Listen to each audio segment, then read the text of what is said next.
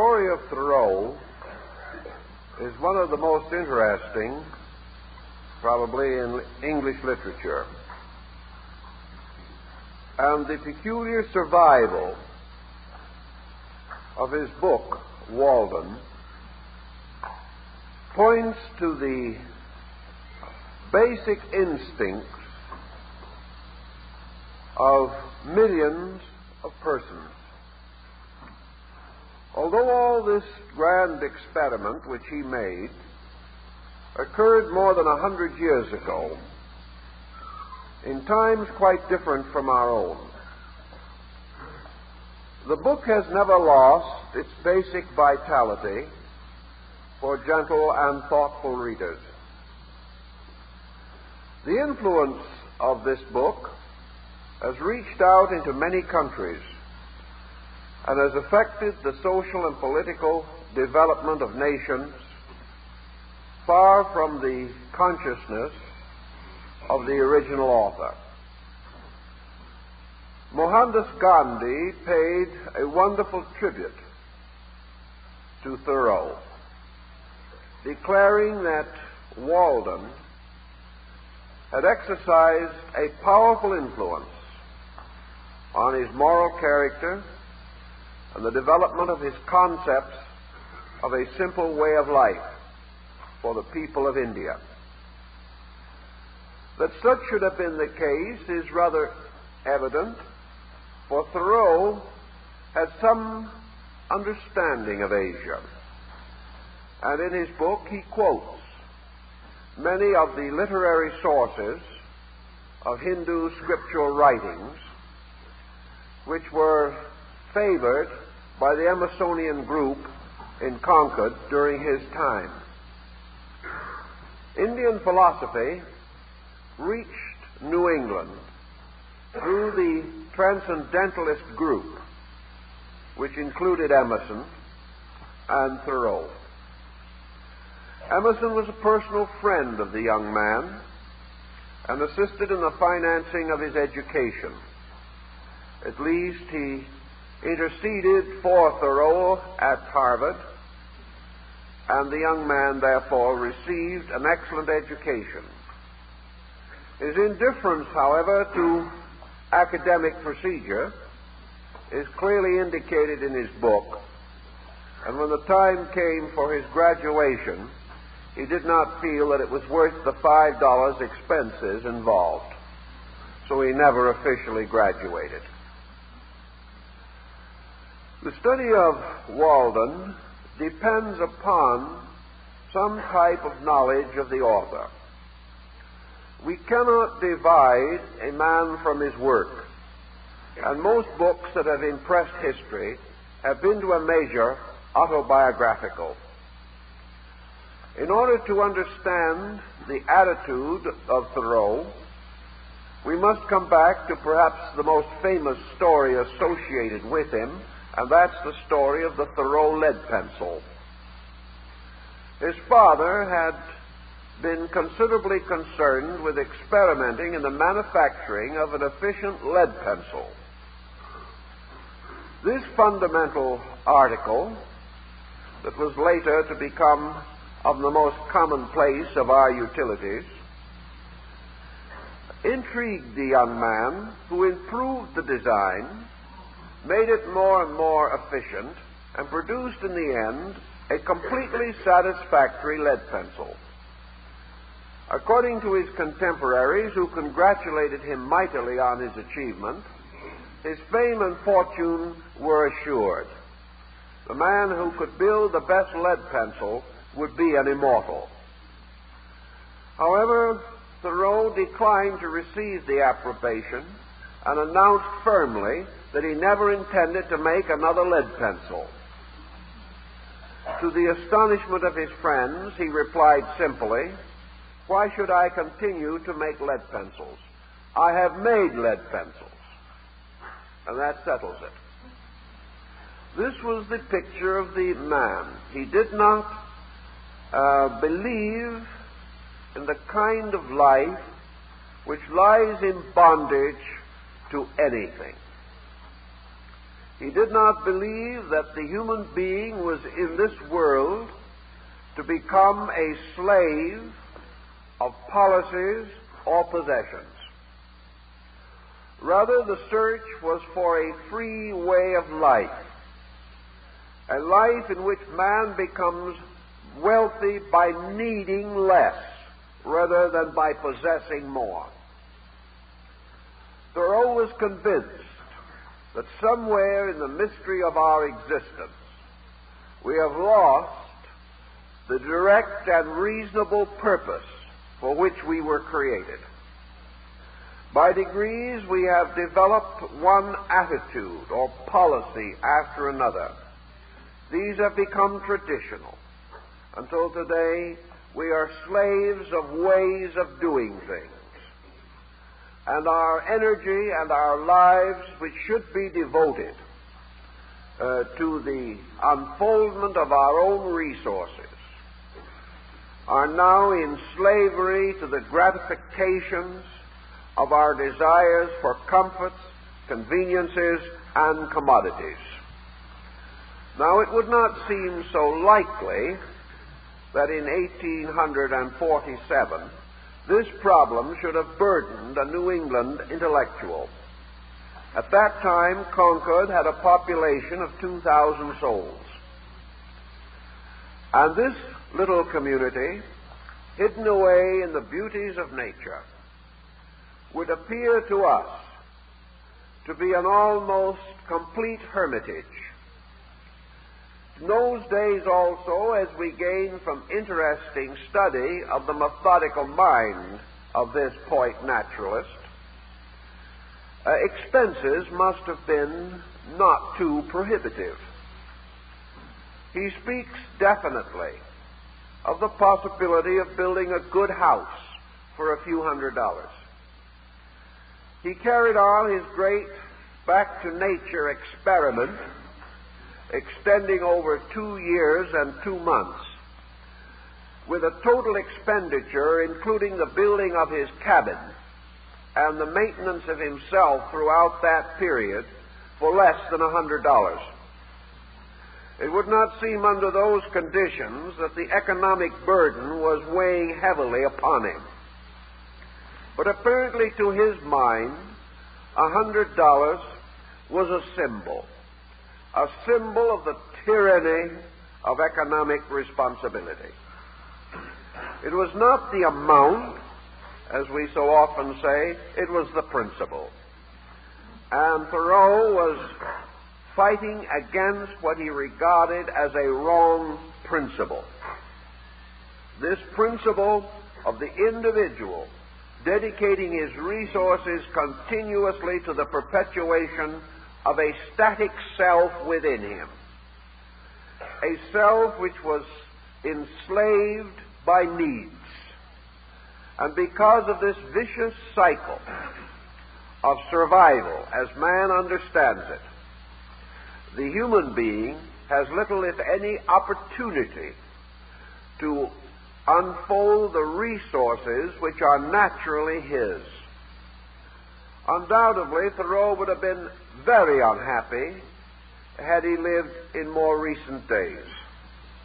Watching the tremendous pressure developing in our modern way of life, he would have realized that his every fear had come to pass, and that a world was gradually losing sight of the dignity of the individual, the purpose of the individual, losing sight of the essential needs of the individual. And this complete ignoring of essential value may well be responsible for the general increase in psychic tension which we are now enduring as best we can. Reading the story of Walden, we have to acknowledge that we are in the presence of a work which to us, after the lapse of years, is largely symbolical. Read for the first time, it is interesting, intriguing, perhaps almost a little verbose. The more we consider it, however, the more we realize that Thoreau is telling us in his personal adventure of a larger and far deeper and more valuable experiment. He has been subjected to ridicule. He has been regarded as everything from a madman to a genius. Yet in his own simple way, the entire notoriety which descended upon his experiment was due to his emphasis upon basic principles which men had forgotten or had ignored in their endless struggle for personal advancement. Each of us, therefore, in taking the story of Thoreau, must apply it according to the kind of world in which we live. It is quite obvious that we cannot retire a mile from the center of town, find a pleasant mill pond, isolated in the forest, and build there a cabin in which we can create a hermitage, and do all this for a negligible expenditure, and here sun ourselves around the calendar. Such a way of life would probably not only be impossible to us, but contrary to our basic instincts and inclinations.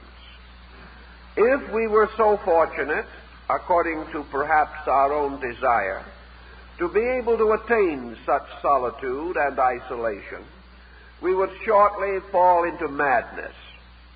For instead of finding quietude in aloneness, we would find a wretched isolation, so different from our present way that in a few months we would hurry back to the shelter of our conventional way of living and thinking.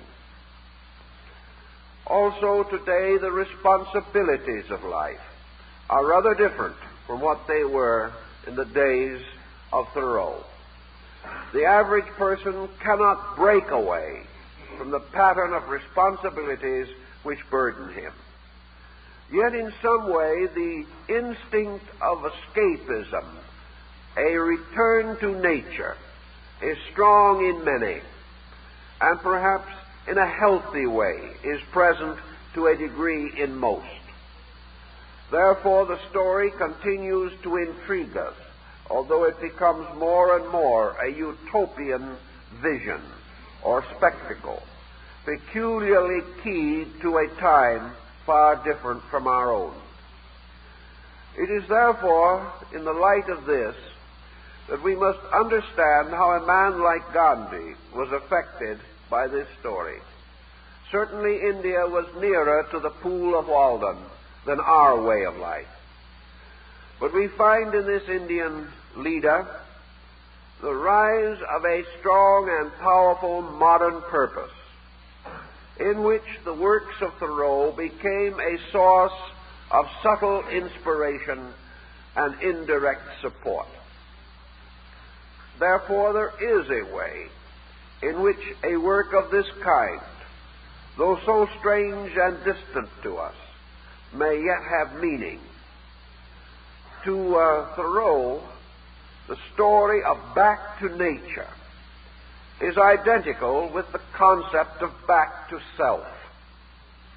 That somewhere, some way, each individual must experience his existence in a true world, a world not fashioned by his own imagery, a world that is not the result of the interlocking of concepts, but a world which has a closeness to the earth, a world of values that are direct, natural, simple, and inevitable.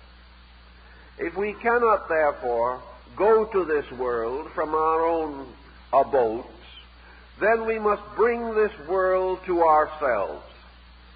We must discover it by a code of conduct or a series of internal revelations, so that if nature around us is denied us, nature can still live within us and become the basis of a normalcy and a vitality which can carry us over the doubts and problems of the years. Under various research experiments today, we are making discoveries that are of great interest, philosophically, religiously, psychologically.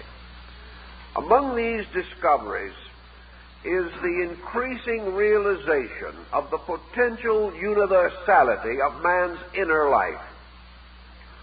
We used to believe that within man there was a mysterious darkness hiding a spiritual core, and that this constituted largely his interior construction. Today we realize more fully that every power and faculty within man is capable of numerous developments, among others visualization, that all of the sensory perceptions have their own works within man. And under hypnosis, under certain drugs that are being experimented with, it is learned that man can and does become keenly aware of a universal interior existence. That this interior existence, like the Elysian fields of the Egyptians and Greeks, is not merely a remote paradisical state, but that within man is the primordial garden of life, that in his own nature he can restore the Edenic world that he hears of or reads of in ancient sacred writings. In our dreams, we can find ourselves in rich pastures with beautiful flowers. We can escape into mountains and valleys. We can build our hermitage under the walls of a great cliff or hill and watch a stream run by the door of our retreat. We can visualize or relive all of these conditions in ourselves because they are in ourselves. We can restore Walden's pleasant pond and perhaps understand better than Thoreau did why this pond was only a mile from the center of the busy community in which he lived at that time. The quietude of the forest, the gentleness of solitary places, these moods and qualities are within us, and back to nature and back to self become increasingly important as directives and as goals while we observe the results of our artificial ways and our false allegiances. Thoreau, therefore, tells us in the beginning of the importance and dignity of simplicity. And from the standpoint of the modern psychologist, we perhaps can restore something of this in terms of analytical symbolism. The average person under analysis must first unload.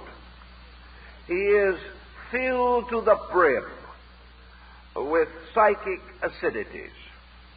He is loaded with a sour and useless wine that has not been well preserved. He is therefore internally sick. He is sick because when he attempts to find the natural solitudes of his own life, he comes face to face with chaos.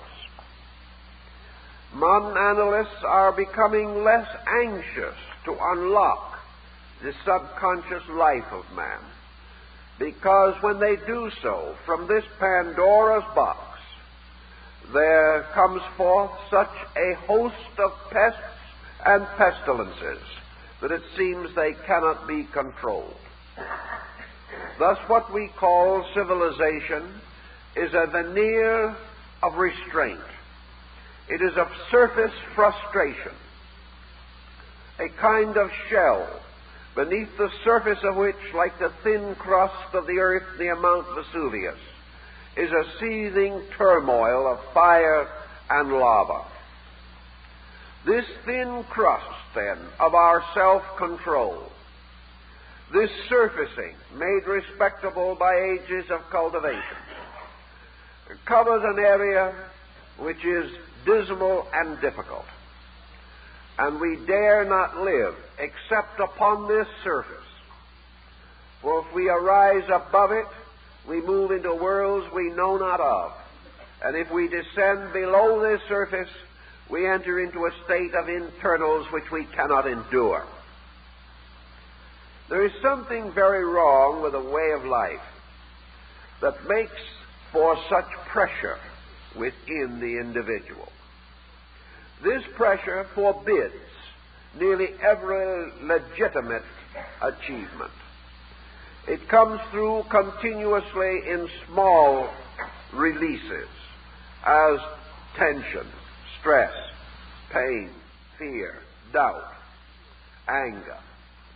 It is always interfering with the simple directness of our conduct. It is making us enemies for no reason. It is causing us to be eternally suspicious of things which are not actually the proper objects for suspicion.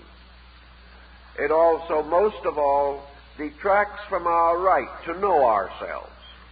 For when we turn in upon our own natures, what we find is not ourselves.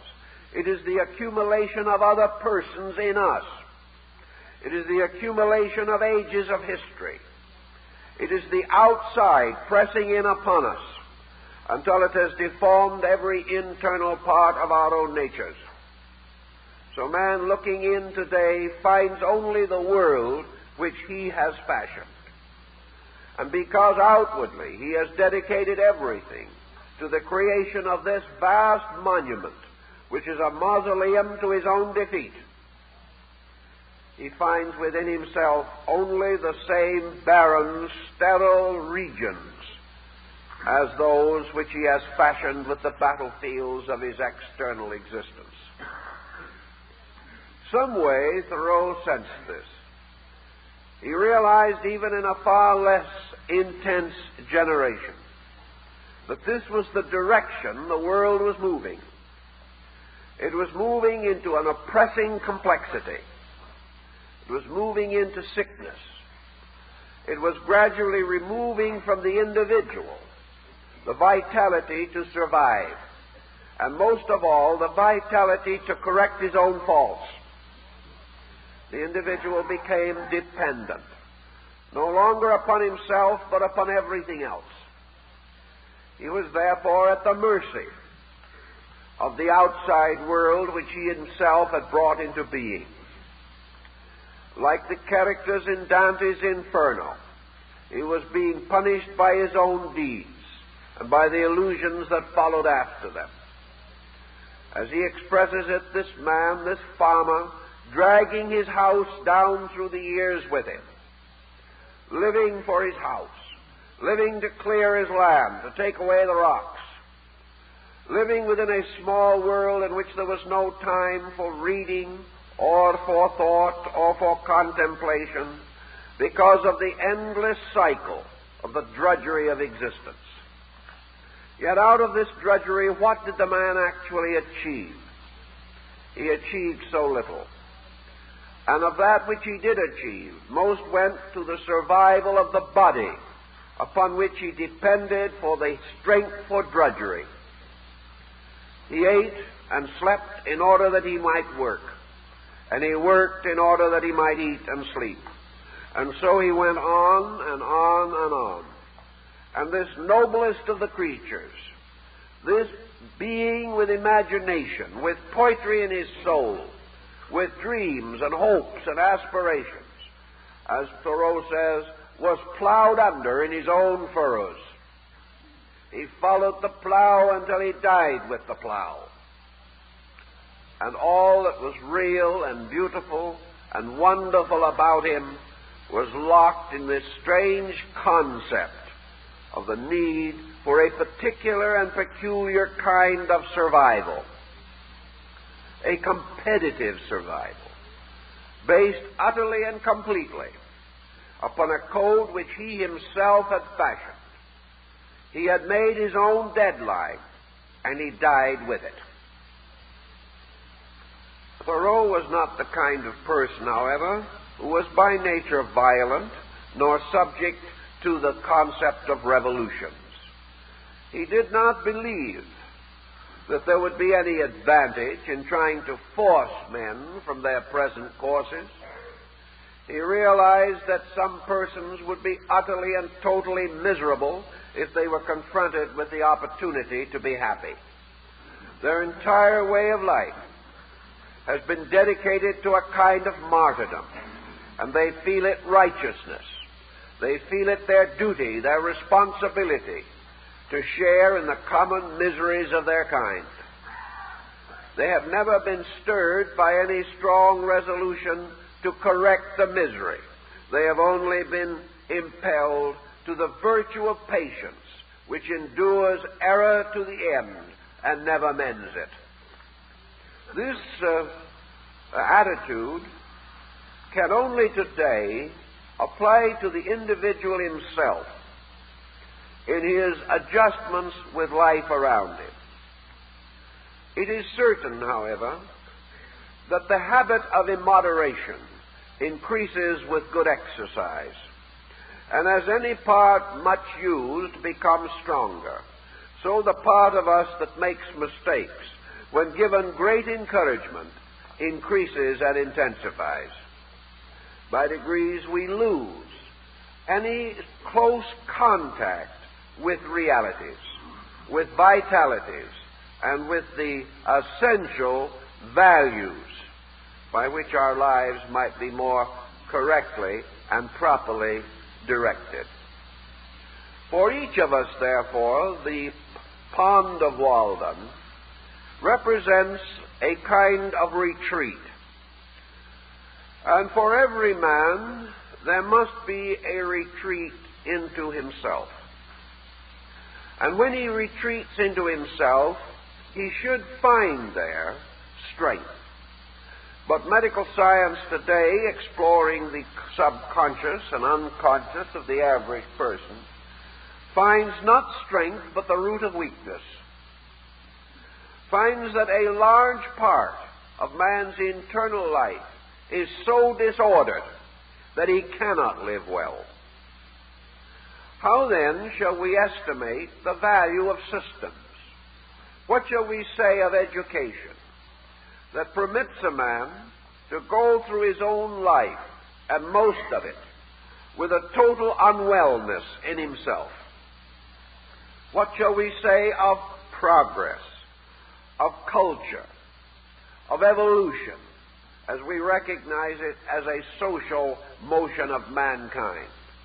If these things do not bring with them some security against trouble, what advantage is it to us to measure our so-called progress in terms of our own internal collapse? What we call progress for man is a progress of and by man. If we are building a way of life, it is valuable only to the degree that it serves us. Nature does not require the way of life that we are building. The squirrel still stores its food for the winter. Grasses grow and trees come forth with their wonderful herbage in the spring. Nature does not demand great cities or great enterprises. Nature lives its own continuance in a simple and direct way. Man, of course, does not wish to return to the estate of a woodchuck or something of that nature. But this we must always bear in mind, that if the creative genius of man has caused him to vision beyond nature, as he has seen it around him, then this vision must raise him above nature. For a vision which causes him to separate from nature and then become less than nature is no vision at all. It is a nightmare. If, consequently, our thousands of years of civilization have brought us no more security than that which is enjoyed by the woodchuck, we have not traveled far. If our civilization has not given us an added or greater amount of value, then it has not served us as it should. And if it has not served us, it is because of weakness or defect within it. Thoreau realized that what we call our way of life has become an hypnotic conviction in ourselves, something to be defended whether it is right or not, something that must be endured because it is. And against this fatality we have no recourse. By degrees, association with a condition breeds a kind of acceptance. Our spirit of rebellion ceases, and we adjust ourselves to these inevitables. Or else, as in the case of youth, particularly in our generation, we observe their motion into escapisms, into science, and into problems of this kind. So man today, in his effort to conquer the moon, finds further excuse to leave himself unconquered. The Thoreau doctrine was that it is far more important for the individual to achieve a kind of victory over confusion and to reintegrate himself as a being than it is for him to expand his resources into innumerable avenues and areas which can bring him no satisfaction unless he himself is capable of being satisfied, which today he is not. Pleasures around man bring no pleasure to man unless that man himself is pleasant. Securities cannot confer themselves upon a person whose inner life is insecure. Regardless of how many benefits a man may enjoy, he is neither safer nor richer than his own contentment. In obscuring this, in attempting to conceal it from himself and others, man does a bad turn to all concerned. It is a matter of seeking first true value, and upon that building a world. But if we build a world before we have the value, the world we build may be deficient in value. In fact, may be relatively valueless. Knowing that we cannot, and probably should not, attempt a wide rebellion against these different patterns, we have, however, a broad term, nature. Thoreau was a naturalist, but a theoretic one in many ways. He was more of a poet and a mystic than he was a sober scholar. In fact, his sobriety was no part of his philosophy. He believed in living according to a kind of happy madness within himself, with complete disdain for the opinions of his fellow men. It was necessary that he have this disdain, or he could not have survived the pressure. He was a free soul. He lived and died a free soul, a master of his own destiny, and a captain of the ship of his own life. If then he had this freedom, this peculiar ability to penetrate sham and pretense, he tried to leave a record of this quality and pointed out how valuable it could be, particularly as the walls of pretense grew higher and stronger with the passing of years. Nature, as he found it by the pool of Walden, was a very pleasant thing moving through seasons. One thing he discovered was that man to live must work, but that man to live must work in the most simple way, that his needs were so essentially few that with a few square yards of earth he could scratch an existence. But his neighbors insisted that this was little better than pauperism, that the individual who was content to raise from the earth only his food was indeed a poor man, lacking ambition, lacking that drive which causes success and brings with it reputation and regard. Thoreau's philosophy on this subject was rather simple also. If you do your work with your hands and allow your hands to feed your body, then your mind is free to feed your soul. Where if you put mind, hand, spirit, soul, and body all behind the plow, you can plow more rows, but you will die ignorant of everything that is good. That the individual who converges all his resources may attain wealth, but die ignorant, which is the supreme poverty of all. For the individual to be without dreams is to be pauperized. For the individual to be without hopes, moving into the natural and beautiful things of existence, is to be impoverished beyond any concept that we know. Therefore, according to Thoreau, he rather admired some of the old folks in the poorhouse, because actually the sun shone on them just as brightly as on anyone else. And it was far better to have this very strange, sad, and simple life than to be under the tremendous tyranny of success, by which the individual betrayed his friend, exploited his own, neglected himself, and practiced treason against his state, all for an almighty dollar. The individual who lives below himself cannot respect himself. And when man loses self-respect, he loses his greater fortune.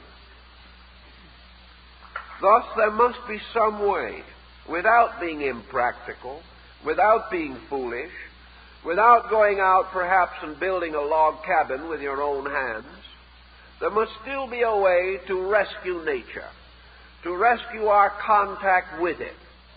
And as he fumbled for an answer, Thoreau reminds us much of the teachings of Taoism in China. This wonderful power of simplicity, this reduction of all things to their essential, for the purpose of buying for man, not goods but life itself, dealing in a coinage of contentments, not depending upon various diversions to achieve peace, but rather to find peace itself, the full and complete expression of a way of life endeavor. Thoreau then began by a psychological experiment which evidently was natural to his own nature.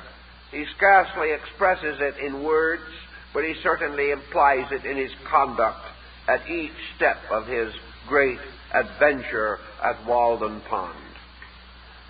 He began to cast off the ballast of false value. He recognized that you cannot free yourself by further entanglement, and that there is no delusion greater than that by which we deceive ourselves by saying, when I have achieved this, when I have accomplished that, when I have amassed those things, then I shall retire and enjoy myself. No man lives so long. Because by that time he has created habits themselves so contrary to his enjoyment, that he has become a slave of them. And when the time comes for him to retire, it is not the man but his habits that collect the pension. He simply continues to be what he has always been, for he has lost the power to change. If then we are to retire and enjoy life, we must retire at the beginning while we still can.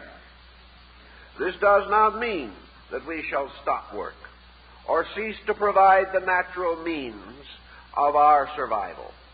But it means that we shall retire from an illusion, from the delusion of career, the delusion of success, and shall begin from the very start to practice those values which we hope to enjoy at 70 or 75 years of age.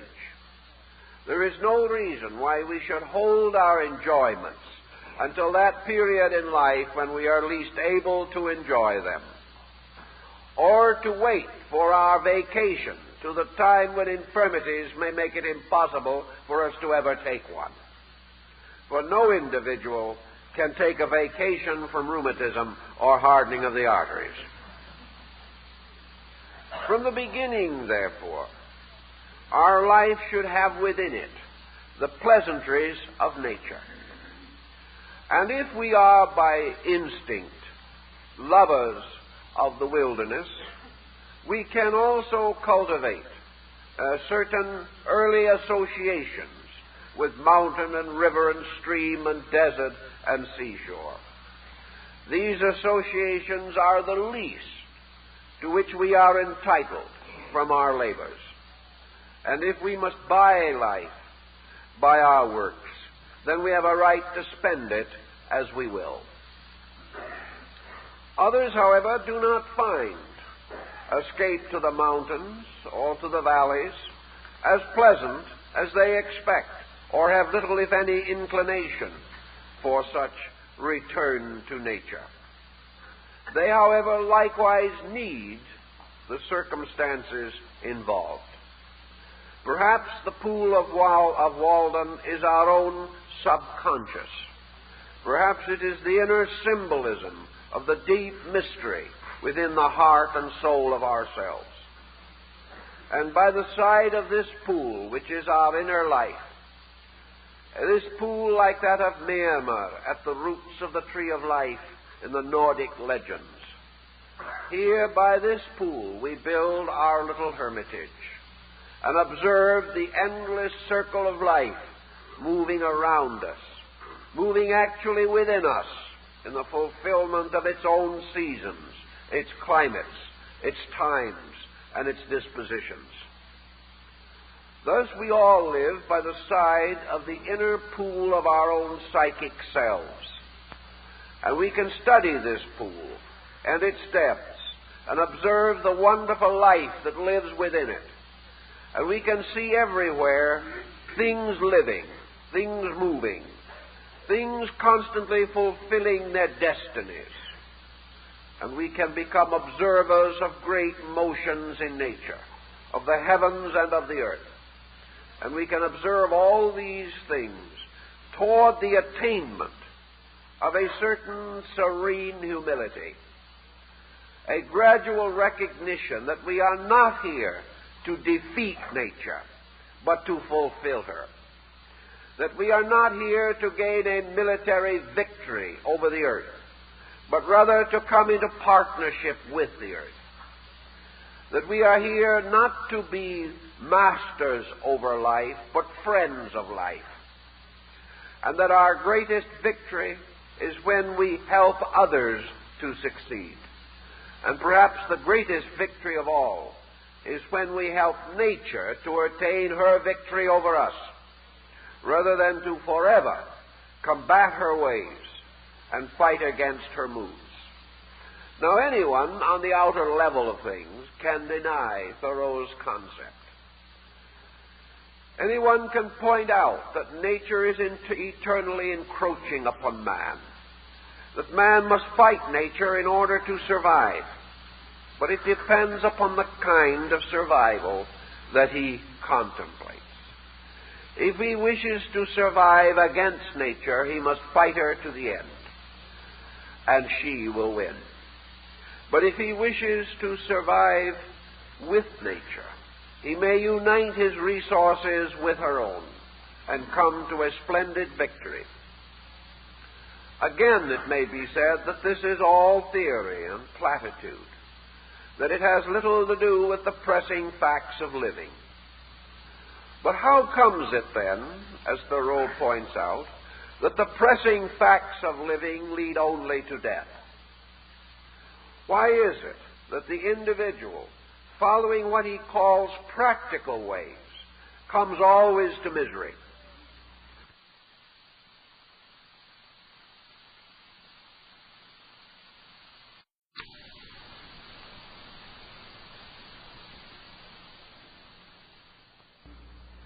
Why is it that the path of glory, as General Wolfe said, leads but to the grave? How can we be so sure of our way of life, so confident of our concepts and policies, only to wake each day more weary with them all, to find less and less that is meaningful, and to gain an ever-increasing suspicion about our neighbors, and an ever-increasing doubt about ourselves? Something has to be awry. It was not intended to be this way. It was not intended that we should suffer through these years in constant servitude to antagonisms and strife, binding our national histories with war, binding our private lives with sorrow and conflict. What is the reason? And perhaps Thoreau would say it is because each of us has overlooked something. And that thing we have overlooked is the need for what the modern religionist terms retreat. Retreat is a return to quietude. And every individual at one time during his lifetime, should have the experience of quietude.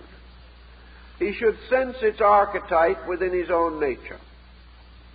He should begin to recognize the importance of a new and intimate association with value, especially this value within himself. Today, more and more of our Western peoples are practicing religious retreat. This is rising in many sects and creeds.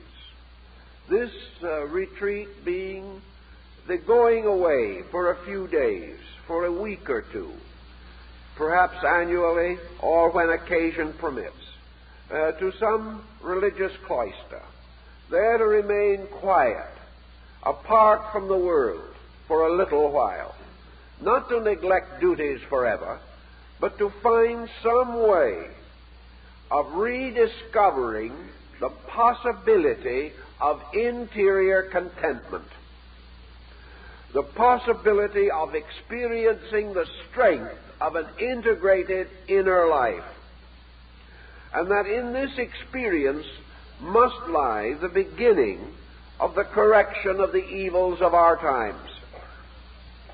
Until we begin to have some faith in internals, some vision of eternals, we shall continue in this terrible cycle of confusion, competition, and conflict. There has to be a reorientation in which we discover wherein lies our hope of value and security. That this security does not come to us through our bank accounts or through our investments, but through our ability to exist apart and away from these things which we have learned to regard as inevitable. In nature around us, we observe constantly the strength of the individual, The individual does not know that it is strong. It is strong by an instinct stronger than life itself. Out in the forest, the mother animal bears her young alone, and apparently without apparent fear.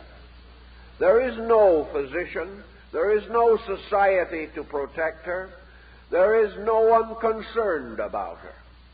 Yet in her own quiet and complete way, she performs the mystery for which she was created. And she continues to care for her young in a wilderness. And yet in this wilderness, except on rare occasion, she finds little cause of unusual anxiety. She expects danger. She is prepared for it. And yet she faces it herself. It is not possible for her to call the police or ask for help or to depend upon a strong society to protect her.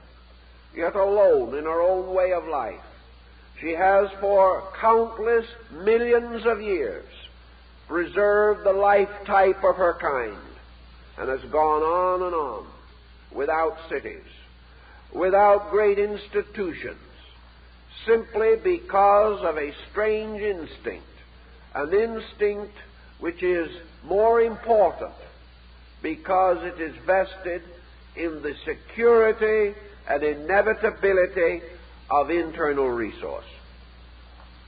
We cannot go back to her way of life in everything, but we can sense that we live in the weakness of perpetual dependence,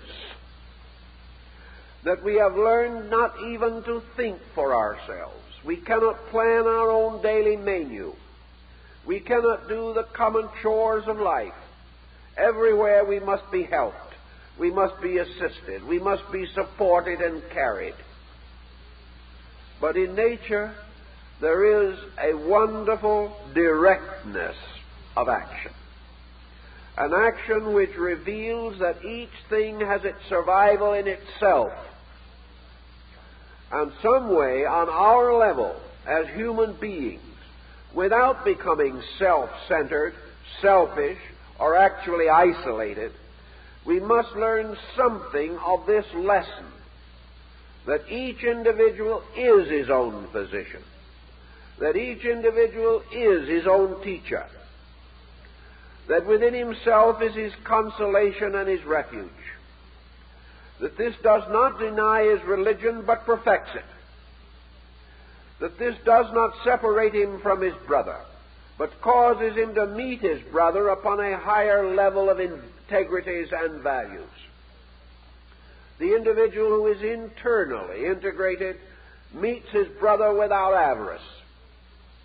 When we have found security in ourselves, we do not rush to others to supplement our weakness. We go to them rather to share our strength. And this endless dependence upon people, which we often call regard, is endless selfishness, depending upon other people for the strengths and values which we have lost in ourselves. To find these things again, to make them real in our purposes, is to build our little house by the shores of Walden Pond. Here we can begin to contemplate the values of life itself. Nature perhaps can convey to us the wonderful power of its ever-flowing inevitability. It tells us that we are living in the midst of a universe that is stronger than we know, that the universe around us has not decreed weakness, that it has not conferred these blights we suffer from. The universe, nature, the world, these great unities confer that which is necessary. They are everywhere productive of reasonable abundance, and man, by making fair use of both the abundance and the opportunity, lives in a universe that can provide for him all that is needed for his security and peace of mind. Rather than to continue, however, man has changed his point of view. He has forgotten that nature supports life for purposes, and that these purposes must advance nature, or nature will turn and revenge herself upon those that pervert her ways. That man must live, must attain value, is natural, right, and proper. In the days of Thoreau, men worked from sunrise to dark, and your farmer often far into the night and before the dawn. The life of a farmer in those days began at 3 or 4 o'clock in the morning and ended only when it was too dark to see anything further to do. Then there was a brief reading of the Bible, if the family was devout, but this was kept short because by artificial light the candles burned out, and a candle was valuable. It must not be burned too long. Thus, for perhaps the produce of $1 a day, men worked, and a man buying a farm for $1,000 would require 30 years to pay for it. These things have all changed. Man has escaped the drudgery. Thoreau points out this terrible drudgery. The man wandering through the earth with a farm hung like a millstone around his neck, burdening him from the cradle to the grave, and leaving this burden as a heritage unto his issue, usually with a mortgage on it. Yet man has improved his estates greatly since that time. Today he lives better. Today he owns more. Today he has more freedom and time and opportunity than was ever known. His hours of work are limited. Now he has 2 full days a week, usually, in which he can do almost as he pleases. His hours, however, so shortened, have not brought the hoped-for result. I've read many early works on socialism and various movements in this country in the great rebellion period against the tyranny of 12 and 14 hours work hours a day. They said in those writings with great optimism that when these hours are shortened, when men have only a 10-hour day, only 6 days a week, which was the dream of that time, that then out of these rather limited and tragically deformed frames that we call mortals, there would arise a God. That with this leisure time we would rebuild the world, that wars would end and friendship would come, because a man who had an extra hour every day would spend it improving himself, reading and studying and serving his neighbor, and doing all kinds of wonderful things. Music would come to him, art and literature and travel. And because he might hope to get the mortgage paid for before his death, he would have long, quiet years of contemplation, because they didn't know then that those long hours and months and years would be spent fighting freeway congestion. And so we have reduced the hours. But we still do not see human beings taking this wonderful leisure time to become gods. They are not. They are going on much in the old way, as Thoreau suspected that they would. Because within themselves they have not yet come face to face with the fact of life. They have not come to know that man is a peculiar creature and that he is capable of being something more than a beaver. That it is humanly conceivable that he has a destiny separate from that of the stolid ox, that he is actually capable of being a creature of the air, a creature of dreams, of hopes, and of inner life, that he is capable of a kind of creation by means of which he unfolds the deepest and richest parts of his own soul. He simply has not found this out. A few have, and have become the free dreamers of our world. But for the most part, we have no concept that man has a different destiny than the worm. We wish to be super worms, super beavers, and in this we are content. We wish to buy time in order that we can waste it, on the ground that indolence is the final proof of success. Thoreau did not advocate, nor did he practice, a perpetual retirement. In 2 years and 2 months, he left his little pool by Walden's Oaks and never returned to it again. He had finished his experiment, but he had proved conclusively by his experiment that man actually has his feet but lightly placed upon the earth, and that most of himself is truly in the sky. That those things which bind him to the earth have been so distributed by nature that every inducement has been given to man for his own freedom, for his own right to grow upward into the light of the destiny for which he was planned and fashioned. Nature has not opposed him. Nature does not tell him that he must labor from the cradle to the grave. Nature has provided him an abundant pattern whereby he may protect his needs and advance his purposes. But he has so limited his purposes that he has only been able to divide and subdivide the very earth. He has never escaped into his true destiny. He has never sensed the values that could be his. But from this contact with a larger way of life, one mood may arise in man. And if in a year or two of thoughtfulness this mood comes, its value is almost beyond calculation.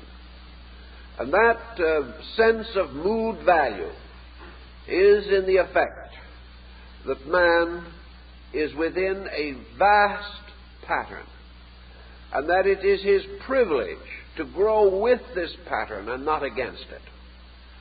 That it is not necessary for him to struggle in order to survive. The only reason he has to struggle is that he has created false standards of survival, which require eternal defense, and which are in themselves not defensible. He must therefore give his life to prop up something that must naturally fall. In this thinking, if he can gain what Lao Tzu calls this sense of Tao, this sense of movement, this dance of life, as Havelock Ellis described it, it is that life is a magnificent sweeping motion, that this motion is so simple that the child already understands it, and yet so strangely mysterious that the very process of living seems to destroy it in us. We have no direct contact with this motion. We have forgotten the miracles of nature and have become hypnotized by the pseudo-miracles of our own achievements. We think tremendously that soon we will reach the moon, and yet around us in a flower box are miracles far greater. and far more significant to ourselves. Always escaping from the need to estimate value, we substitute the continual pressure of our false patterns. If this were not true, we could not assume that our world would be in the condition it is now in. If our ways were right, they would lead to solution. Ours are not. They lead nowhere. And we are drifting with a tide of adversities closing in upon us.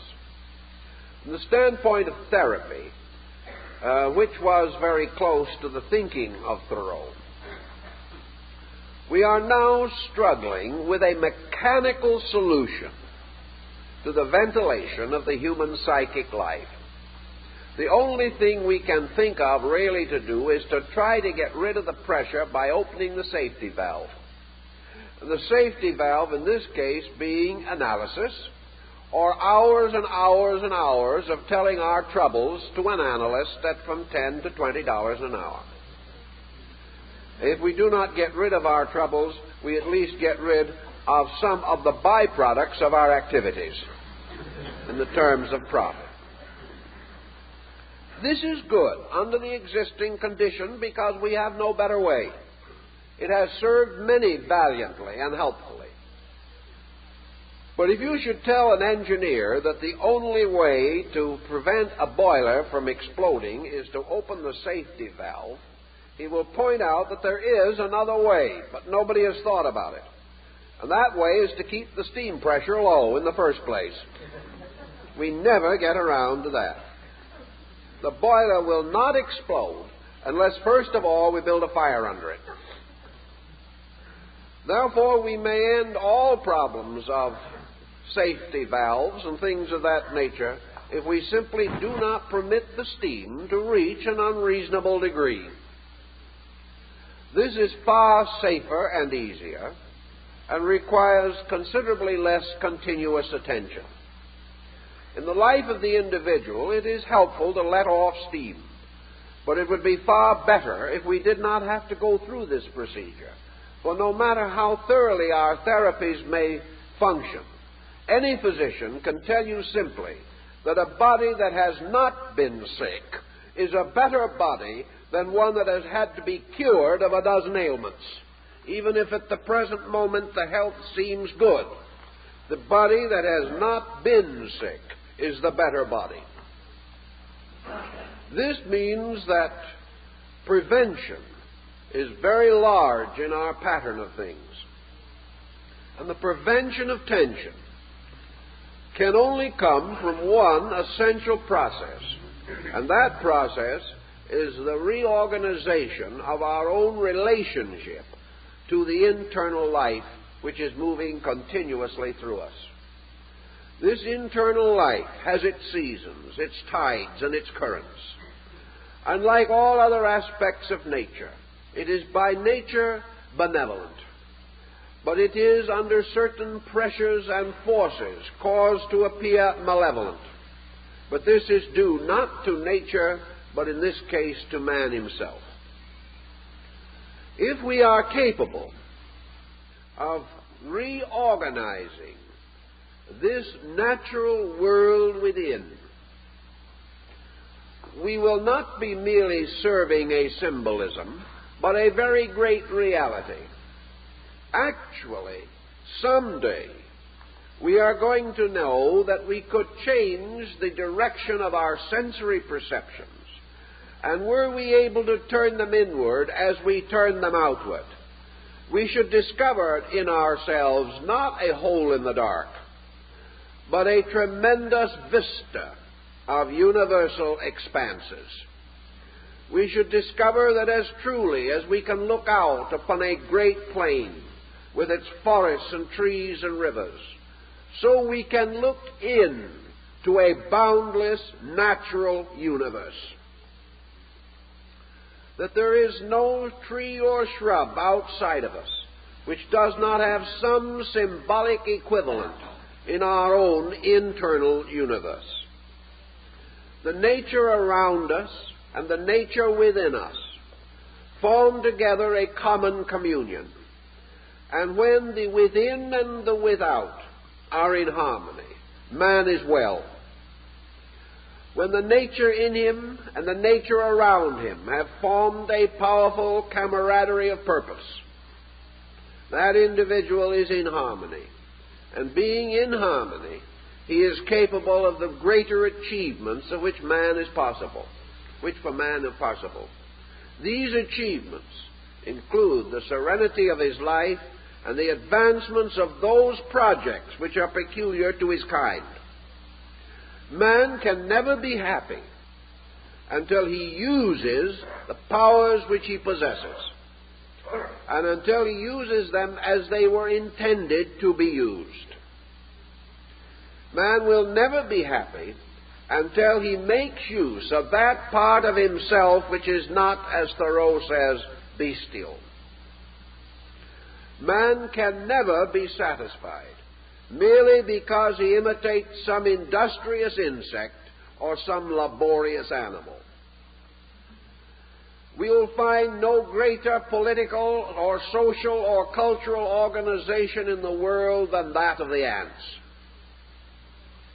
Nor can we find a more perfectly integrated society than that of the world of the bees. Yet man is neither an ant nor a bee. He has something else. He is not able to fulfill his destiny merely by copying or even improving upon a pattern of life which is not essentially for him and never has been. His feet are upon the earth, and here he must create foundations suitable to his needs. But his whole earthiness is for the purpose of maintaining within him his wonderful harmonic adjustment with heaven and the sky and the universe. Until he is concerned with his own largeness, he must fall over his own smallness. Until he finds his purpose, his work in life, he can never be a contented creature. We see the young adolescent person struggling to decide upon a career in this diversified society of which we are a part. We are always assuring him that in order to be adjusted, he must find his job, adjust to it, create his home, and settle down and be a good citizen, and then life will be simplified for him. This is higher optimism, but there is within it a certain core of truth. Mankind as a collective will wander with uncertainty until it passes through its adolescence and finds its job. Thoreau believed that only in the perspective of nature can man receive non-dogmatically the instinct or the insight which will enable him to realize what this job is. He knew as well as we know that the more we preach to persons, the more they will resent. That you cannot force a job upon anyone without creating his discontent. He must discover. And he must discover by coming into the presence of something bigger than himself. He must also discover by being brought into the awareness of something bigger than the way of life, which is obviously not big enough. He cannot discover by being placed in the midst of a man-made world that is falling apart. He must discover by being brought back into the realization that man-made things are but incidents in a God-made plan. He must come nearer to that plan. And Thoreau believed that in nature, and in communion with nature, man came face to face with bigness, with non-preaching instruction, with the strange and wonderful tolerance of nature, and he found that nature in all her ways is wiser than man.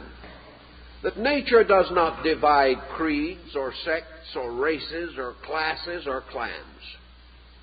Nature serves all its creatures and provides each of them with certain instincts and equipments suitable for the best expectancy of their survival.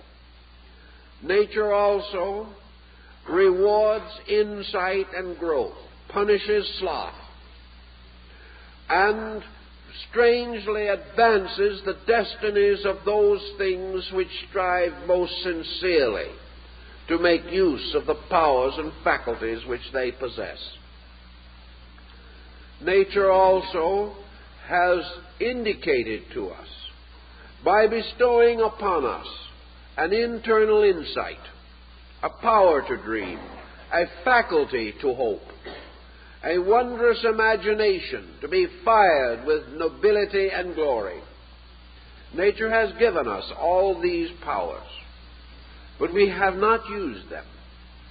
We have not recognized their relationship to our need, and for such reason we are punished. Punished for failing to make use of the faculties and aptitudes peculiarly unique to us, and for which, therefore, we have a unique responsibility in this great plan of creation. Nor does nature create things solely for themselves. As each creature fulfills its purpose, it binds that purpose to the common good. If any creature, therefore, fails to fulfill its own purpose, it retards nature and detracts from the common success which nature has planned and intended. By the side of the pool, man, observing a real and practical world, a world of wonders more miraculous than miracles, a world of challenge, a world of insight, may gradually relax his false worship of his own achievements and come back again to the recognition of a simple partnership with life itself. Out of this partnership must come happiness, must come health, must come adjustment, must come all these things that are good for us. And in discovering and recognizing and fulfilling these requirements in our own natures, we make personal decisions of the greatest importance and most enduring value.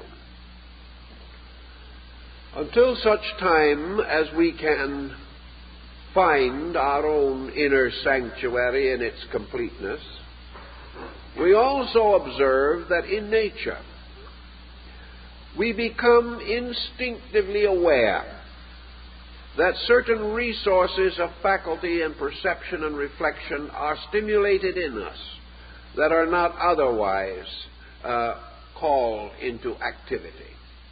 Nature is not dogmatic. Nature does not tell us, it shows us. Nature does not create artificial situations or subject us to the ridicule of its principles and purposes. Quietly, gently, softly, ever patiently, nature lures us toward the discovery of her secrets. She is forever thoughtful, and has so worded and versed her lines that the simplest child and the wisest sage both receive the impact of the lesson. The universality of her instruction is available to all who are willing to become receptive to the presence of something greater and stronger than themselves. This very experience of receptivity is the beginning of wisdom. It causes the individual to become more gentle, more kindly, and by the copying of nature's way, more tolerant of all things, and at the same time more certain of true value. If man, through the adjustment of his own life with his own internal, can discover nature in himself, he will discover there the quietude and peace that Thoreau found by Walden's Pond. Man is never healthy. Man is never able to go on and carry the burden of this life with dignity and success. He is never wise, he is never good, he is never sufficient until he can approach his own inner life without fear. He is never better than when his defenses are not operating.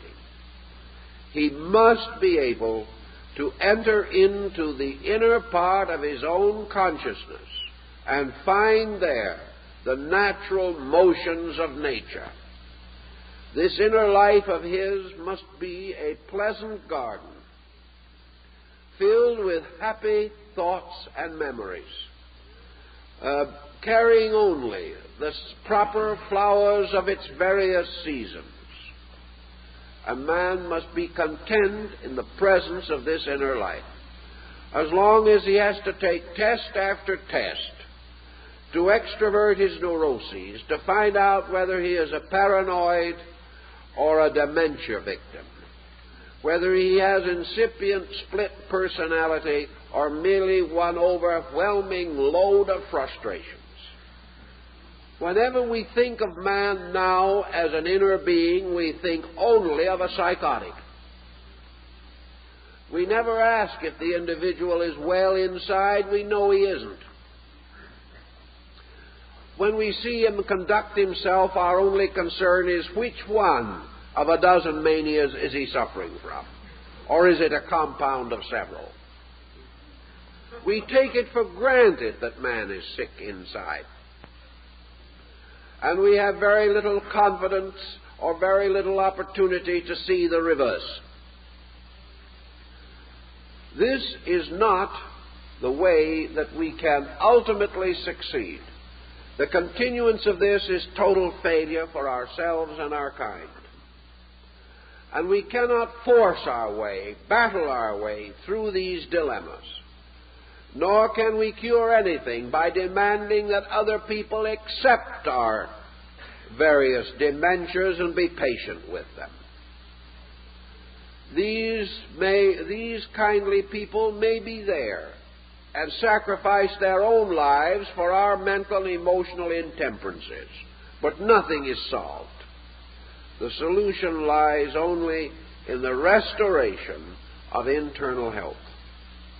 And this restoration is symbolical in the Walden story, for in it we find Thoreau sitting quietly by the side of the pool, too quiet, too happy, too absorbed in the acceptance of life to even wish to fish or to do anything else.